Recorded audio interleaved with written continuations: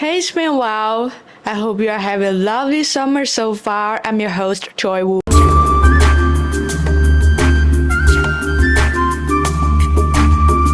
Welcome back to my channel, my friends. Just make yourself at home.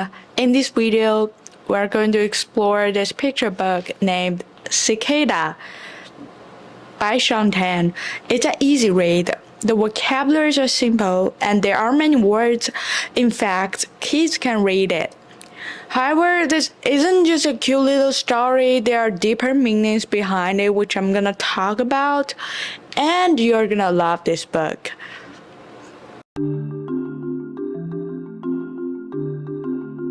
We're gonna start with the author. So, who is Sean Tan? He's an Australian illustrator and filmmaker. While he was born in Australia, Sean's father is an ethnic Chinese immigrant from Malaysia.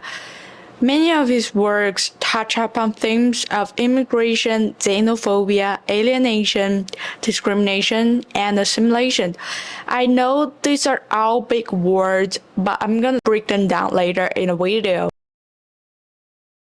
This is the story of a cicada working in a corporate building. The mystery is nobody knows where he came from or how he got there. He has been mistreated by his human co-workers and supervisor.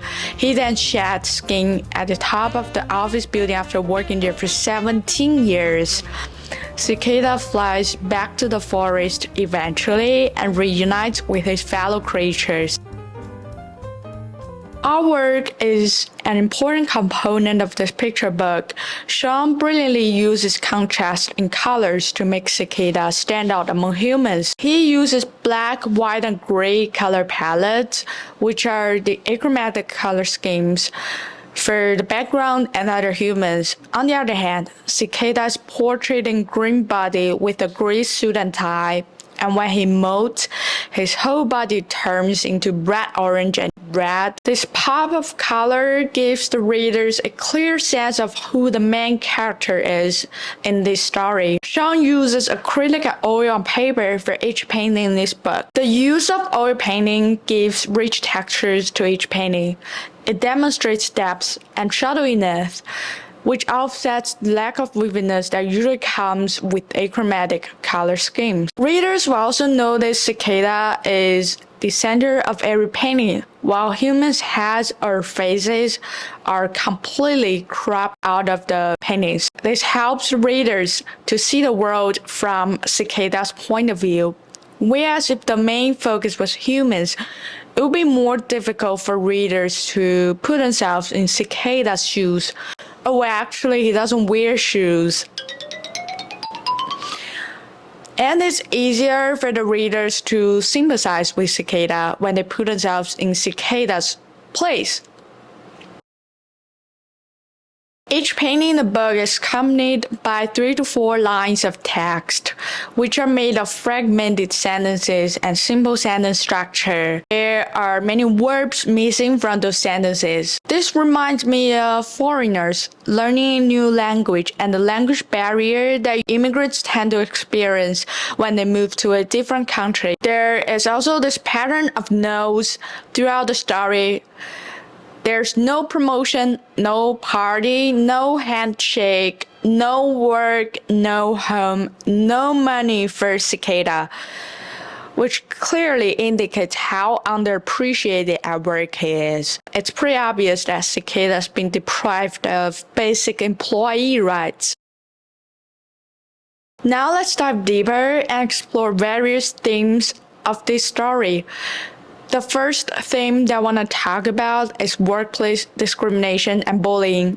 There are several levels of discrimination going on at work. The HR department told cicada there will be no promotion for non-human species because he's not a human. He doesn't need human resources. Cicada's boss asks cicada to clean his own desk pretty regularly because he assumes insects are dirty, and his colleagues apply both verbal and physical bullying against him because they all think cicada is stupid. Cicada is marginalized at work because of his bug-like appearance with bulging eyes, forearms, and green skin tone. He never fits in only because he's a different species. This actually connects back to workplace discrimination. While discrimination is an outward expression of one's prejudice, alienation in a way justifies his coworkers' immoral behaviors, as they can always make the excuse that, oh, Cicada is not a human, so we can hurt him. Like we always do when we see a crawling bug on the street.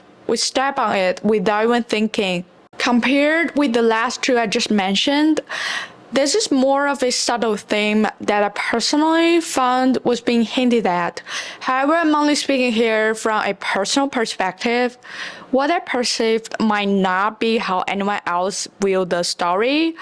With that being said, I do want to discuss why is a model minority myth in this story. The definition of model minority myth is a sociological phenomenon that refers to the stereotype of a certain minority group, particularly Asian Americans, as successful and well-adjusted, as demonstrating that there's little or no need for social or economic assistance for the same or different minority groups. Cicada's human coworkers never finish work, and Cicada stays late to finish work.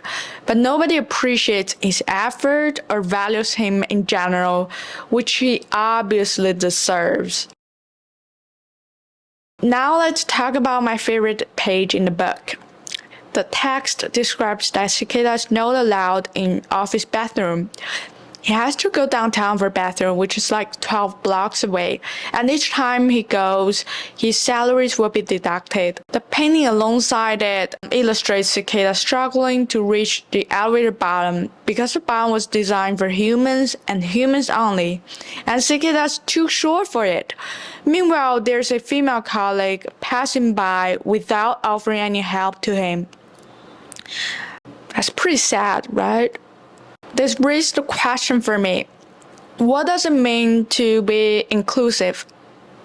Apparently, there's no one-size-fits-all when it comes to accommodating employees of different races, ethnicities, cultural backgrounds, religions, etc. We should all be mindful to build an inclusive space together. As for the inspiration of the story, Sean writes, I wanted to create a picture book that, as usual, is not particularly for children while still accessible to them.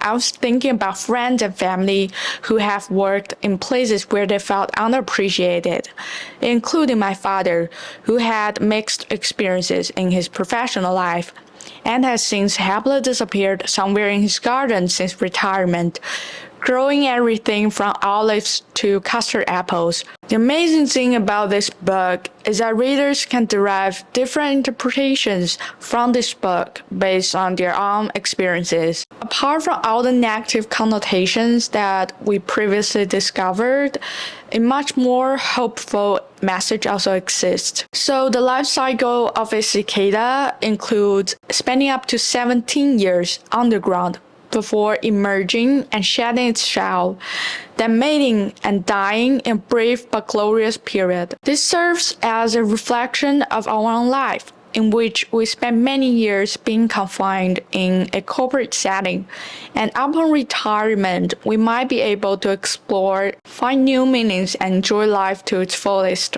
Alternative ideas that can be interpreted are endurance and mortality. It makes us think more about our own life. What makes it worth living, and what gives life meaning in general. However, it's only readers' assumption that Cicada feels miserable working in an office full of humans. We never know how Cicada really feels. Maybe Cicada never wants to fit in. Maybe it just doesn't matter to him at all, and he's content with being an outcast. Another side to this story could be that Cicada thinks humans are pathetic because they're the real victims of corporate white-collar enslavement.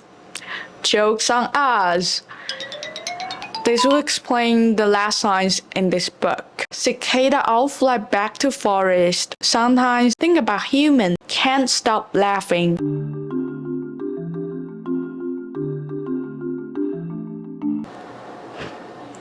Folks, I would highly recommend getting a copy of this amazing book by Sean Tan. Hope you enjoyed this video. Don't forget to subscribe to become a guest of the Wu Mansion. I can treat you some nice tea next time you come by. Alright, you're more than welcome to hang out here for a little bit longer, but I gotta go, so I'll see you soon. Peace.